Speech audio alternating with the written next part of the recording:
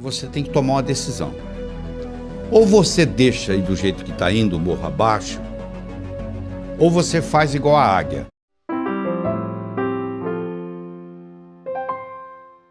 Uma águia nasce para viver 70 anos. 70 anos de vida. Só que quando chega aos 40, o bico dela está entortado, está velho, as garras já não são as mesmas, estão dificultando ela caçar, e a penugem dela já está fraca. Ela tem duas opções. Ou ela chuta o pau da barraca e deixa acontecer, e logo logo ela morre, ou ela resolve fazer um renascimento. Ela procura uma região onde tem uma pedra, onde tem água por perto, onde ela pode caçar roedores por ali, e ela decide ficar naquele lugar por 150 dias, 5 meses. E ela vai fazer o seguinte, ela vai pegar o bico e bater com o bico naquela pedra até o bico cair, e vai nascer um bico novo. Ela com o bico novo, ela vai arrancar as garras velhas e vai criar garras novas. E ela com o bico novo e as garras novas, ela vai tirar toda a penugem envelhecida e vai nascer penugem nova. E com 150 dias, com 5 meses, ela completa esse ciclo. E ela agora está de bico novo, garra nova, penugem nova. E ela agora está habilitada a voltar a caçar e a voar por mais 30 anos. Eu não sei qual a sua idade, mas eu sei que vai chegar um momento, se já não chegou na sua vida, que você tem que tomar uma decisão.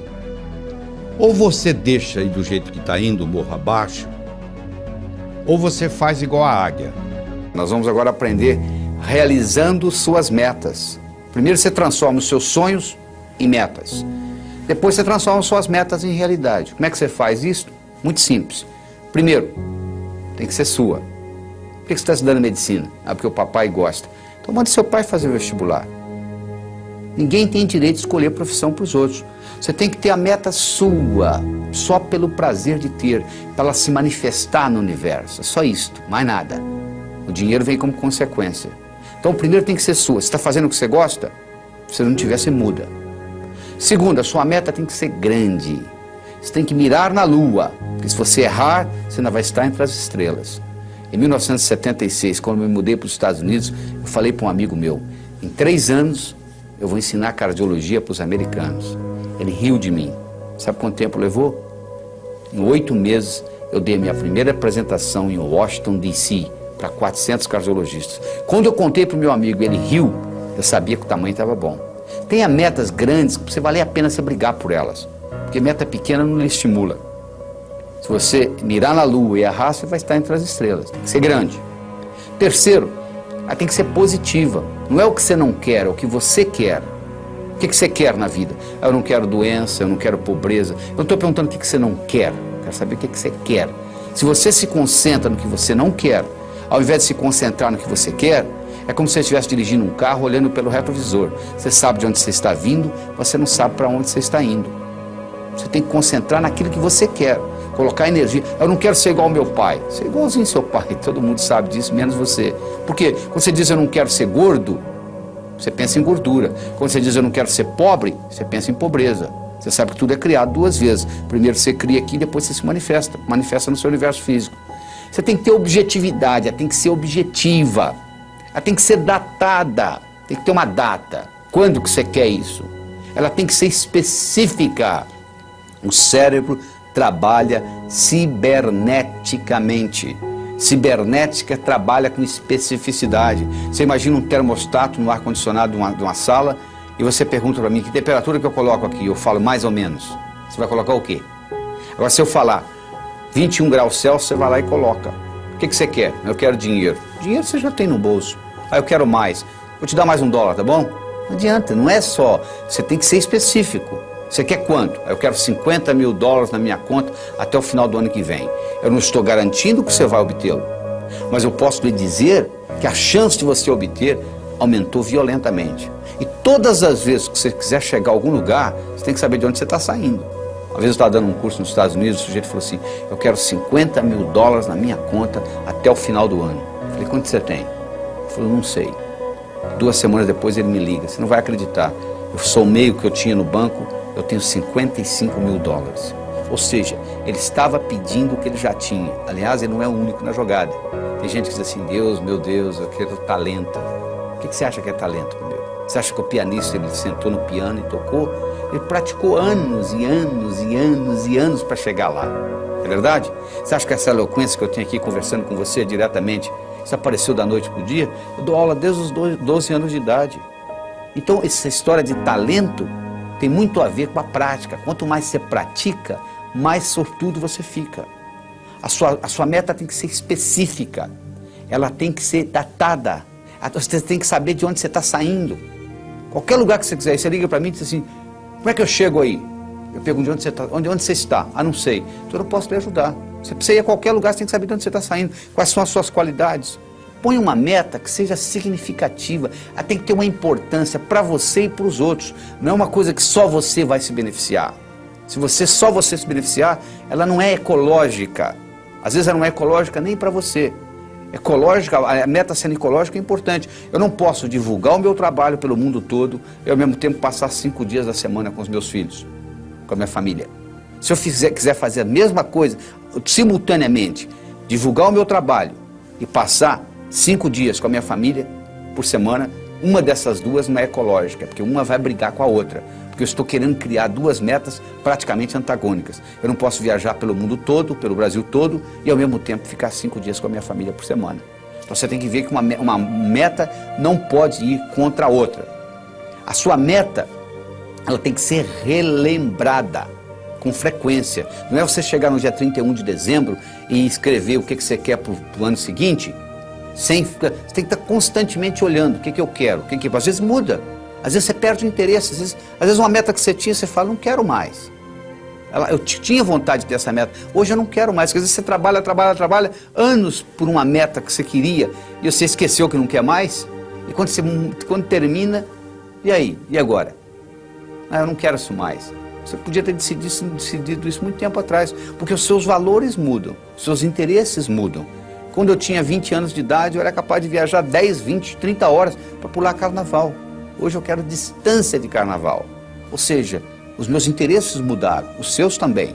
Avalie aquilo que mudou e não fique batalhando naquilo que você realmente às vezes não quer mais. Você tem também de fazer aquela divisão. Todas essas metas com essas características e divididas, aí sim vai ter um impacto diferente na sua vida. E você tem que fazer a meta, não é o que você quer em 1 ano, 2, 5, 10, não. É o contrário.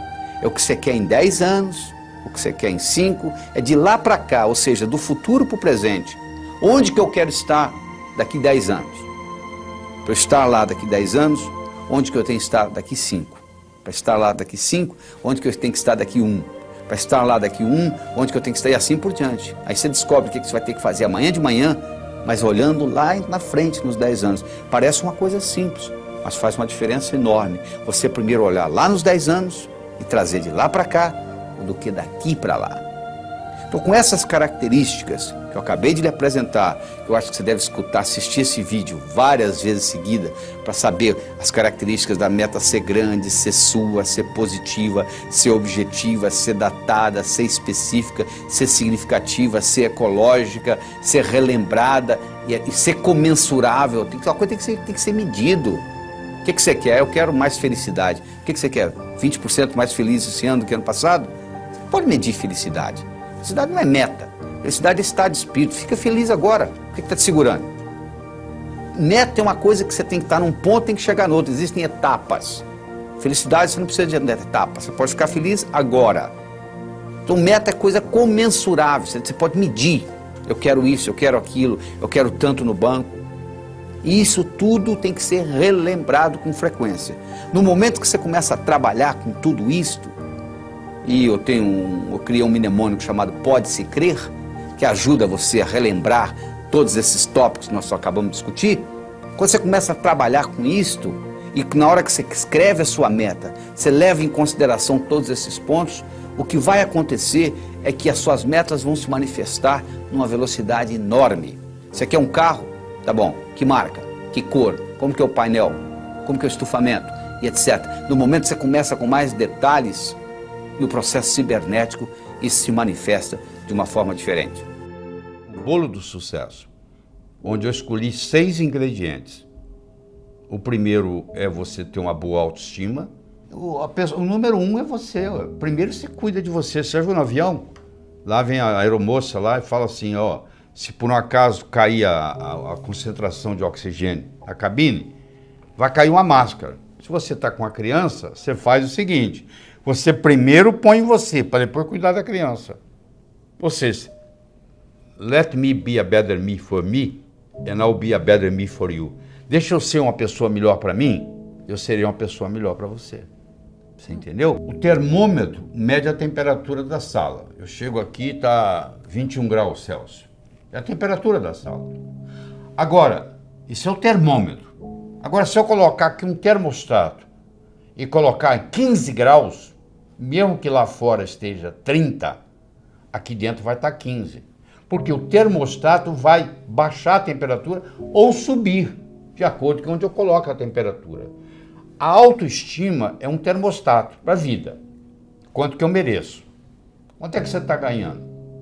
Se eu falar que você vai, mês que vem, multiplicar por 10 o seu faturamento, você vai acreditar? Não. Você fala, não é possível. Quem é que vai... Se ganho mês que vem eu vou ganhar 10? Eu sei, mas por que você está ganhando 1 e o seu amigo está ganhando 4? Fazendo a mesma coisa. Com o mesmo talento. Pode ser que ele tenha um marketing melhor do que o seu, pode. Mas pode ser também que ele tenha um termostato de autoestima melhor do que o seu. Então, o que você merece é o que você tem. O merecimento que você acha que você vale está expresso aí na sua conta bancária, no carro que você dirige, na casa que você mora, na família que você tem. Está aí, é só você olhar. Se você quiser mais, você tem que sentir merecedor de mais. E para sentir merecedor demais, escuta, você tem que subir a sua autoestima. A segunda é a sua capacidade de se comunicar, que é fundamental, principalmente no mundo de hoje, onde a comunicação é talvez o mais importante de tudo no sucesso. Eu posso ter 2 indivíduos que têm um QI de 145, quase gênio. Um está muito bem na vida e o outro está desempregado do quarto Jack. Você vai ver a diferença, um se comunica bem, e o outro não dá nem bom dia para o vizinho. Então, no momento que você melhora a sua capacidade de se comunicar, você passa a valer mais no mercado. Essa é a realidade. Terceiro, é a sua capacidade de estabelecer objetivos, criar estratégia. Em 1953, eles pegaram todos os formandos da Universidade de Harvard e perguntaram para eles assim, o que você vai fazer nos próximos 6 meses, próximo ano, próximos 5 anos, próximos 10 anos, próximos 15 anos, próximos 20 anos. A grande maioria, como acontece aqui no Brasil, não tinha nada por escrito. Não tinha nada, não tinha nenhum... Ah, não sei, eu vou ver o que vai acontecer. Eu vou deixar a vida me levar, né? Mas 3% daqueles estudantes, eles tinham por escrito o que eles iam fazer com 6 meses, com 1 ano, com 5, com 10, com 15, com 20 anos de formado. Em 1973, eles pegaram aqueles que ainda estavam vivos e fizeram uma avaliação. Então, aquele grupo que tinha por escrito era 3%. Valia mais do que os 97% junto em todos os aspectos. Então, eles viram se a inteligência era diferente? Não. O background familiar era diferente? Não. Tudo era igual. As notas que tirava na escola, a única diferença que fazia diferença é que eles tinham por escrito. Então, os nossos, por isso que a empresa multinacional, ela pega os objetivos do ano que vem e coloca até setembro por escrito. Tem que estar ali no papel. Aqui tem que ser recordado com frequência. Você tem que colocar ali e você tem que datar. Como é que você transforma um sonho em uma meta? Você coloca uma data. Tudo aquilo que você colocou na categoria de algum dia não vai acontecer. O cérebro fala, tá bom, o dia que algum dia chegar, você vai no calendário, onde é que está algum dia? Não está lá. Não tem no calendário, não existe. Então eu tenho que ter metas a curto, a médio, a longo prazo. Tem que ter os 3 tipos de metas. Eu tenho que ter elas por escrito. E eu tenho que descobrir qual é a finalidade de vida que está por trás dessas metas. Porque a finalidade de vida, ela te valoriza a sua meta. Vou dar um exemplo. Você imagina uma bolinha que eu jogo para você, você joga para mim, eu jogo para você, você joga para mim, eu jogo para você, você joga para mim. Começou a ficar cansativo, né? Mas se eu chamasse de tênis, mudou, né? Milhões de dólares por trás. Enquanto era uma bolinha para lá e para cá, você não estava dando valor. Na hora que eu falei tênis, mudou. É assim, uma meta que talvez não tenha importância, mas se ela está encaixada dentro da minha finalidade de vida, ela valoriza. E eu vou estar disposto a ter mais esforço para que ela aconteça. A sua atitude determina a sua altitude na vida, a sua dedicação ao trabalho e a sua ambição saudável. Então são 6 elementos, ó. A boa autoestima, boa comunicação, saber estabelecer metas, ter uma atitude positiva, dedicação ao trabalho de uma forma inteligente e hoje melhor do que ontem, amanhã melhor do que hoje. O japonês chama de Kaizen, que é melhora contínua. A palavra Kaizen, no Japão, 1945, Hiroshima, Nagasaki, 40% do Japão destruído. Com essa simples filosofia de uma palavra, que é K-A-I-N-Z-N, Kaizen, que é melhora contínua, o Japão saiu de lá e hoje ele é o 3º per capita no mundo, entendeu? 3º país mais desenvolvido do mundo, então, ou seja, está lá no pódio. Saiu de 40% destruído, é um arquipélago com mais de 3.000 ilhas, não é um continente, muito complicado, mas, no entanto, com a filosofia Kaizen, que é melhora contínua, que eu recomendo você adotar isso, eu adotei isso na minha vida, hoje é melhor do que ontem, amanhã é melhor do que hoje, e aí você junta esses 6 ingredientes com a pitadinha do que eu chamo a diferença entre o profissional e o amador. O que difere o profissional do amador? Paciência e persistência.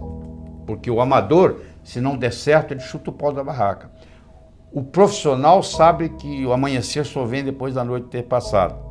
Que Roma não foi construída em um dia. Então tem que ser de grão em grão a galinha enche o papo. Então tem que ser aos pouquinhos para chegar lá. Então eu coloco esses 6 ingredientes com paciência e persistência e o resultado só pode ser um: obter aquilo que você quer. Imagina uma vaca subindo o morro. Você pensa que é a vaca que determina onde que ela pisa? Não. Quem determina onde a vaca pisa não é a vaca, é a estrutura do terreno. Sabia disso? A única coisa que a vaca faz, ela procura o caminho mais fácil. A mesma coisa ocorre conosco.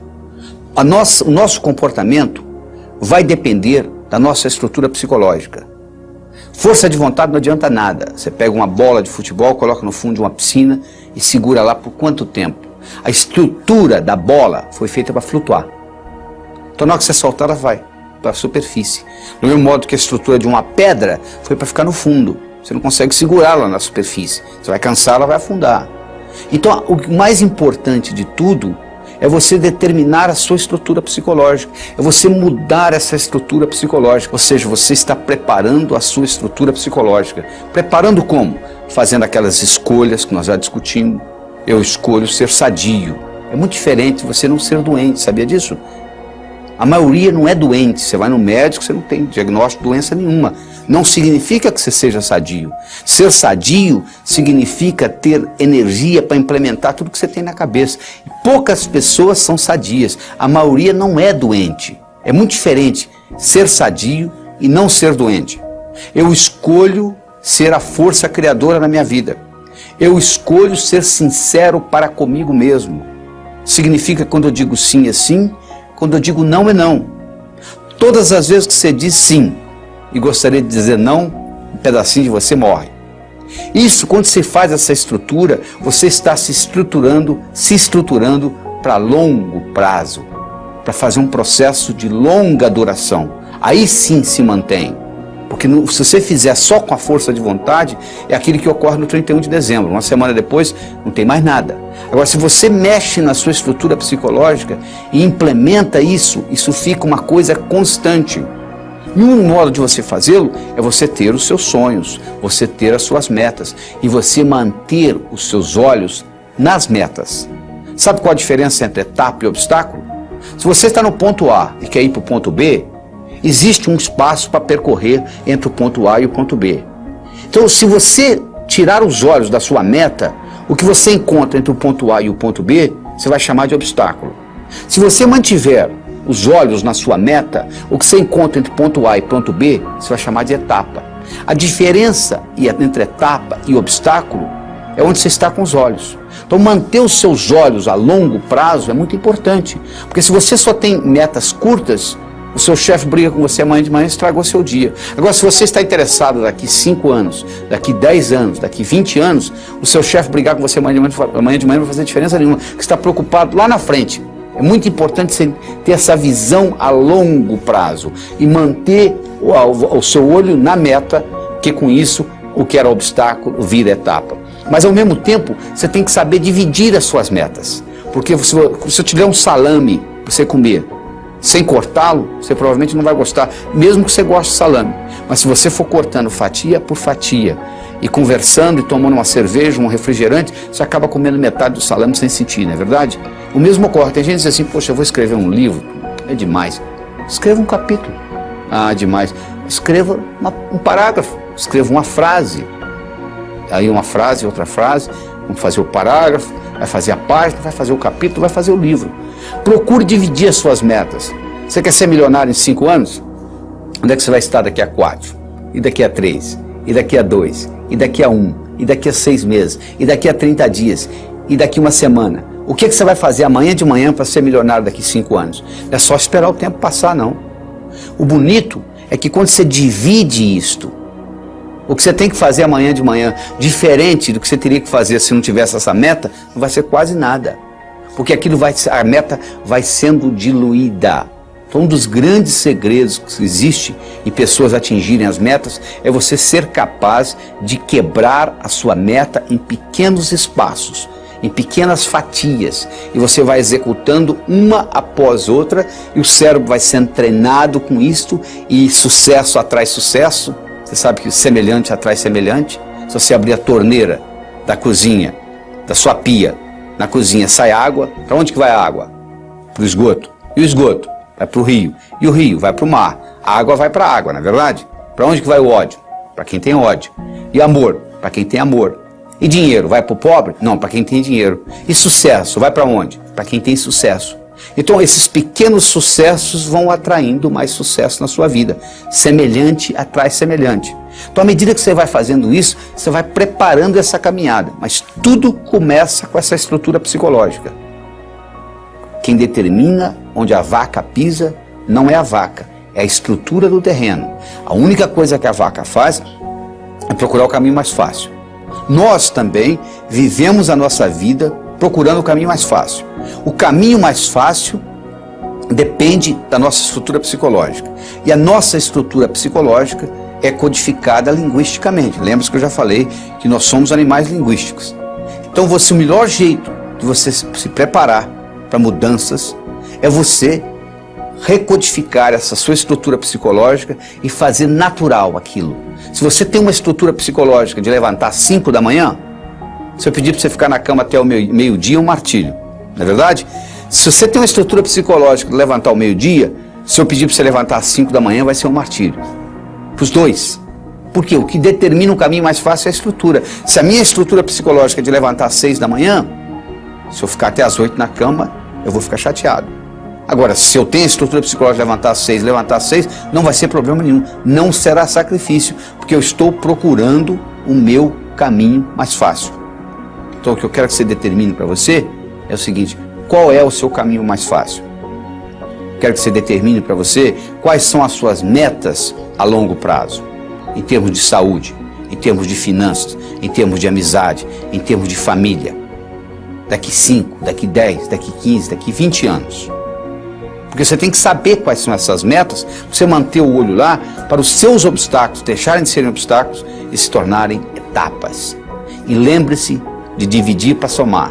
Ou seja, você quebra as suas metas em pequenos pedacinhos e com isso fica mais fácil a digestão.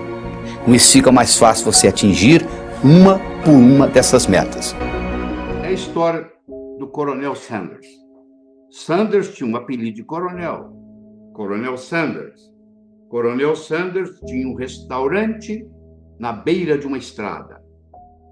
E os caminhoneiros passavam e paravam lá para comer a comida do Coronel Sanders, que ele era um bom chefe de cozinha. Especialmente, ele tinha uma receita que ele tinha ganho da avó dele, que era uma receita de galinha frita. Então, ele era famoso, o restaurante era famoso por causa da receita da avó do Coronel Sanders. O governo de Kentucky resolveu mudar a direção da estrada. E o seu restaurante, que era um restaurante de beira de estrada, deixou de ser de beira de estrada. E ele, com 65 anos de idade, ele resolveu, não tinha cliente, ninguém ia sair da rota para ir lá visitar o restaurante dele. Ele ficou sem cliente, como muitos restaurantes estão hoje sem clientes. E aí, o que aconteceu? Ele pediu aposentadoria. 65 anos, tinha direito ao Social Security, pediu aposentadoria. Quando chegou o primeiro cheque de aposentadoria dele, ele mostrou para a mulher dele e falou assim: como é que nós vamos viver nisso? Não pode ficar assim. A única coisa que o Coronel Sanders tinha era uma receita de galinha frita que ele ganhou da avó. Ele pegou aquela receita de galinha frita, ele visitou 21 restaurantes. Olha, eu tenho essa receita, eu tinha um restaurante na beira da estrada, ele deixou de ser na beira da estrada, entendeu? Eu quebrei, eu tive que me aposentar, você não quer, eu posso fazer aqui, a gente pode fazer uma parceria. Ninguém se interessou. Até que, finalmente, a persistência dele, o universo conspira a favor, chegou a hora. Ele chegou num deles e o indivíduo gostou da ideia. E falou assim, podemos fazer uma parceria. E a parceria começou. E aí foi fundado o Kentucky Fried Chicken. O Kentucky Fried Chicken, hoje, tem mais de 25 mil lojas. O Kentucky Fried Chicken domina o mercado de frango no Japão.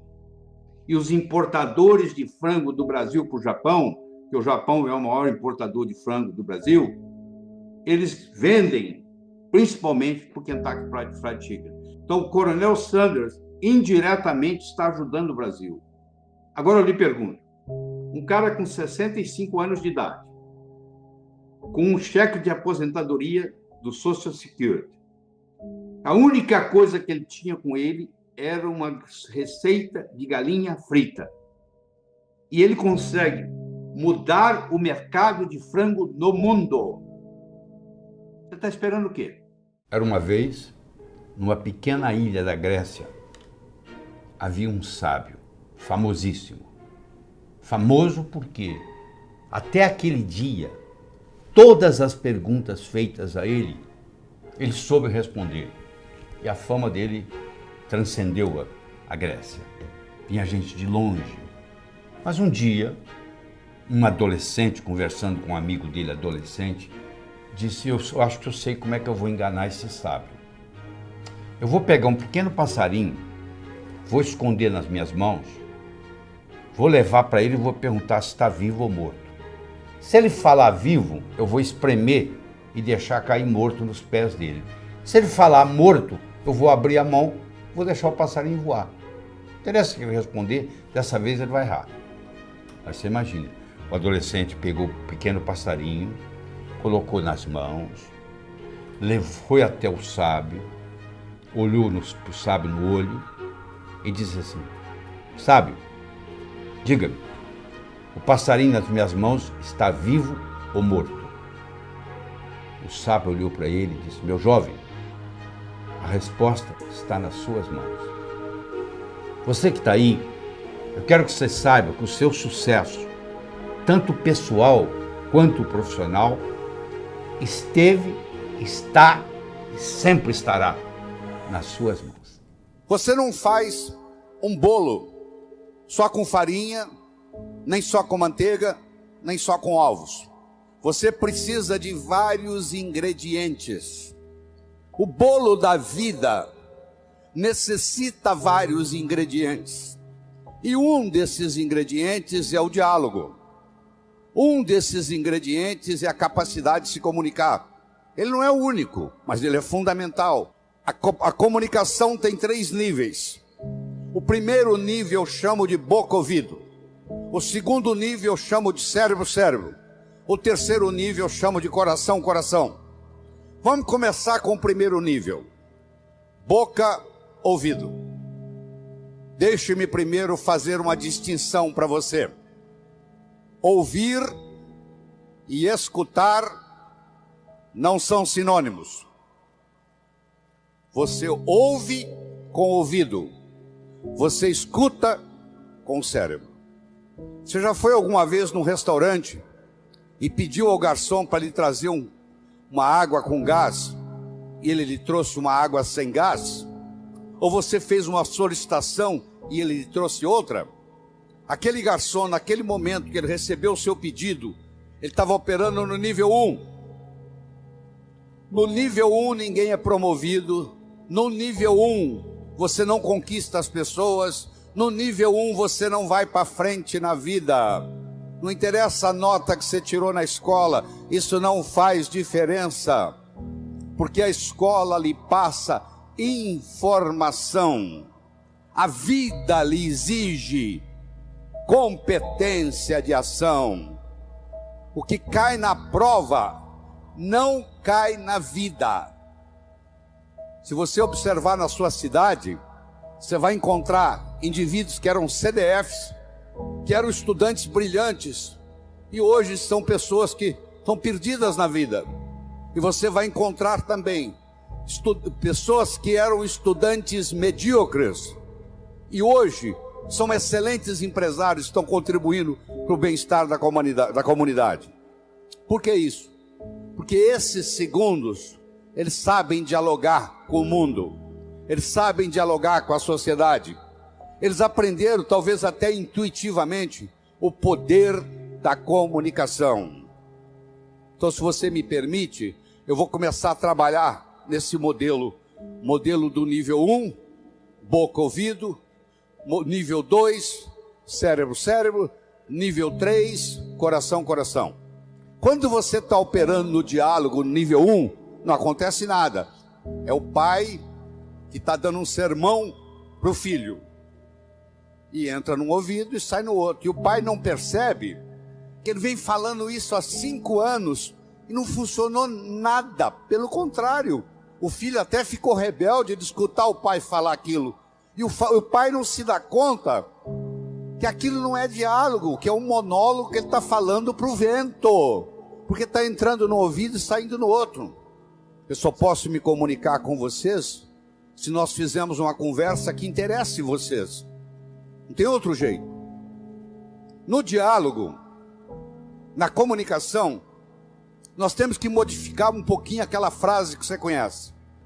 A frase é assim: faça aos outros o que você gostaria que fosse feito a você.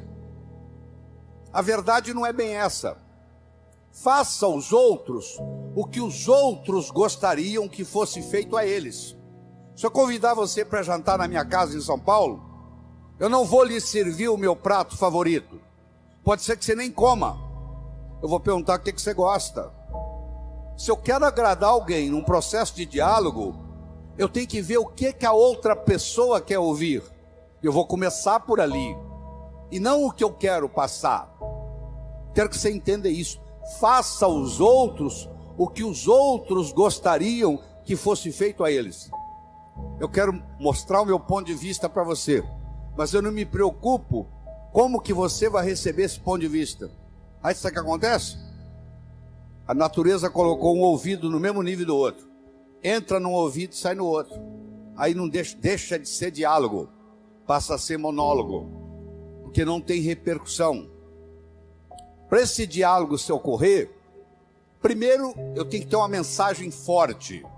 Você só vai continuar me escutando se você estiver gostando da mensagem. Eu tenho que ter algo para poder passar para você. Essa é a mensagem. Segundo, nós temos que conversar de uma forma metafórica. Quando eu lhe conto uma história, você não pode dizer que você não concorda com ela. Eu estou lhe contando uma história. E dentro da história, eu coloco a ideia que eu quero passar para você? Era uma vez um navio de alta prioridade, porque carregava ouro. E de repente o motor desse navio enguiçou. E o dono do navio disse: para. Traga aqui o melhor mecânico da região. Eles trouxeram. Ele trabalhou um dia inteiro, não conseguiu consertar o motor. Ele disse: para. Traga aqui o melhor engenheiro mecânico do país mais próximo. Eles trouxeram. Ele trabalhou 2 dias, não conseguiu consertar o navio. Ele disse: para. Traga aqui de onde estiver, de helicóptero, quem montou essa máquina desse navio. E eles procuraram, encontraram e trouxeram ele e um assistente. E eles desceram no navio de helicóptero, foram até a casa de máquinas, escutaram o barulho da tubulação, tocaram nos tubos, e tinha uma válvulazinha vermelha num canto. E ele perguntou para o assistente dele: você tem um martelo? Tem, me empresta. Ele foi lá e pim! Ligue. Eles ligaram, tudo funcionou às mil maravilhas. Os 3 indivíduos que trabalharam, o primeiro que trabalhou 1 dia, o segundo que trabalhou 2 dias, e esse que deu a martelada na válvula, mandaram as suas respectivas contas. Quem trabalhou 1 dia, mandou uma conta de $100. Quem trabalhou 2 dias, mandou uma conta de $400, $200 por dia, porque ele havia trabalhado 2 dias e ele era mais sofisticado do que o outro. E quem deu a martelada mandou uma conta de $10.000. O dono do navio falou: eu vou pagar, porque ele consertou o meu navio, mas eu só pago com uma condição: que ele mostre como é que ele chegou à conclusão de me cobrar $10.000. E ele mandou um bilhete para o dono do navio: para dar a martelada, $1. Para saber onde bater com o martelo, 9.999. Olha que interessante. Você imagine que nós estamos almoçando e eu conto essa história para você. Aí nós estamos num diálogo, almoçando. Aí você vai para o seu escritório comigo e você está pensando em me contratar para ser seu consultor na sua empresa. E você pergunta assim: doutor Laí, qual é a sua remuneração? E eu falo um preço elevado. Ao invés dele você falar é caro, você vai pensar assim: esse cara sabe onde bater com o martelo. Eu preparei o seu cérebro para escutar o meu diálogo com você. Através de quê? Através de uma história, através de uma metáfora. A pessoa que sabe dialogar, ela conversa metaforicamente. O político que ganha a eleição é um contador de histórias. O padre que faz o sermão que agrada a todos é um contador de história. Porque quando você está contando uma história, a mente crítica baixa. Você conta a história e leva o que você quer levar junto da mensagem. E a mensagem entra na estrutura psicológica. Terceira coisa importante no diálogo é uma linguagem apropriada. Você já foi a um médico e o médico começa a usar aquela terminologia médica que só ele entende. E aí você volta e a sua família te pergunta: e aí, o que você tem? O que o médico falou? Ah, não entendi o que o médico falou. Esse médico não tem nada de inteligente. Ele tem que conversar numa linguagem que o paciente entenda. A própria Bíblia tem uma citação dizendo que se você não falar a linguagem de quem está lhe escutando, você está falando aos ares. E outra coisa importante é a percepção. Uma coisa é o que você está passando, a outra coisa é que o outro está captando. Ah, você é um vendedor? Sou. Você é um bom vendedor? Ótimo vendedor. E aí, você tem vendido bem? Não, tem vendido muito mal. Então você não é um bom vendedor. O aluno que diz que é bom aluno, ele tem que me mostrar um boletim bom. Eu não conheço bom aluno com boletim ruim. O mínimo que você tem que me mostrar como bom aluno são boas notas no boletim. Isso lhe caracteriza como bom aluno. Se você é vendedor e você não está vendendo o que você gostaria de vender, você vai me desculpar, a tecnologia, A abordagem que você está usando de vendas está sendo inadequada. Talvez a sua linguagem não está sendo apropriada, talvez a sua mensagem não está sendo forte o bastante, talvez você não esteja fazendo uso dos recursos da metáfora, das histórias. Semana passada teve um cliente aqui e eu falei para ele o seguinte: aí você pode falar o que você quiser. Você está falando, você está contando para esse cliente que está na sua frente o que você fez com o cliente da semana passada, o que você falou para ele. Mas na realidade você está falando para esse escutar, mas você usou o artifício metafórico de que você está falando para o outro. E quando você trabalha esse fenômeno do diálogo desse jeito, quando você termina, a pessoa se sente convidada a participar das suas ideias. Ela se sente... O filho, quando um pai sabe ter um diálogo com ele, quando termina o diálogo, o filho se sente convidado a experimentar o que o pai está falando para ver se dá certo. É um convite que ele recebe. Era uma vez um escritor que vivia à beira-mar. Ele tinha por costume caminhar na praia e à tarde e à noite ele escrevia. Uma manhã ele estava caminhando na praia e de longe ele avistou um jovem que dançava na areia. Aquilo despertou a curiosidade dele, ele se aproximou. Quando ele se aproximou, ele viu que o jovem não estava dançando. O jovem estava jogando coisas no oceano. Ele perguntou para o jovem: jovem, o que você está fazendo? O jovem respondeu: o sol está quente, a maré está baixa, essas estrelas do mar estão morrendo desidratadas aqui, eu estou jogando-as de volta ao oceano. Aí o escritor olhou para o jovem e disse: jovem, será que você não entende? Existem centenas e centenas e centenas de quilômetros de praia, centenas de milhares de estrelas do mar na areia. Você jogar uma ou outra de volta no oceano, no total não vai fazer diferença nenhuma. O jovem pegou uma estrela do mar, jogou no oceano, olhou para o escritor e disse: para essa eu fiz diferença. O escritor foi para casa. Naquela tarde ele não conseguiu escrever. Naquela noite ele não conseguiu dormir. Na manhã seguinte ele levantou-se, juntou o jovem e os dois juntos começaram a jogar estrelas do mar de volta ao oceano. Eu estou conversando com vocês quase 30 minutos. Eu não sei qual impacto essa conversa vai ter. Se vai entrar no ouvido, se vai sair no outro, se você achar que eu estou errado, etc. Mas eu vou dizer uma coisa: se fez diferença para um de vocês, já valeu a pena.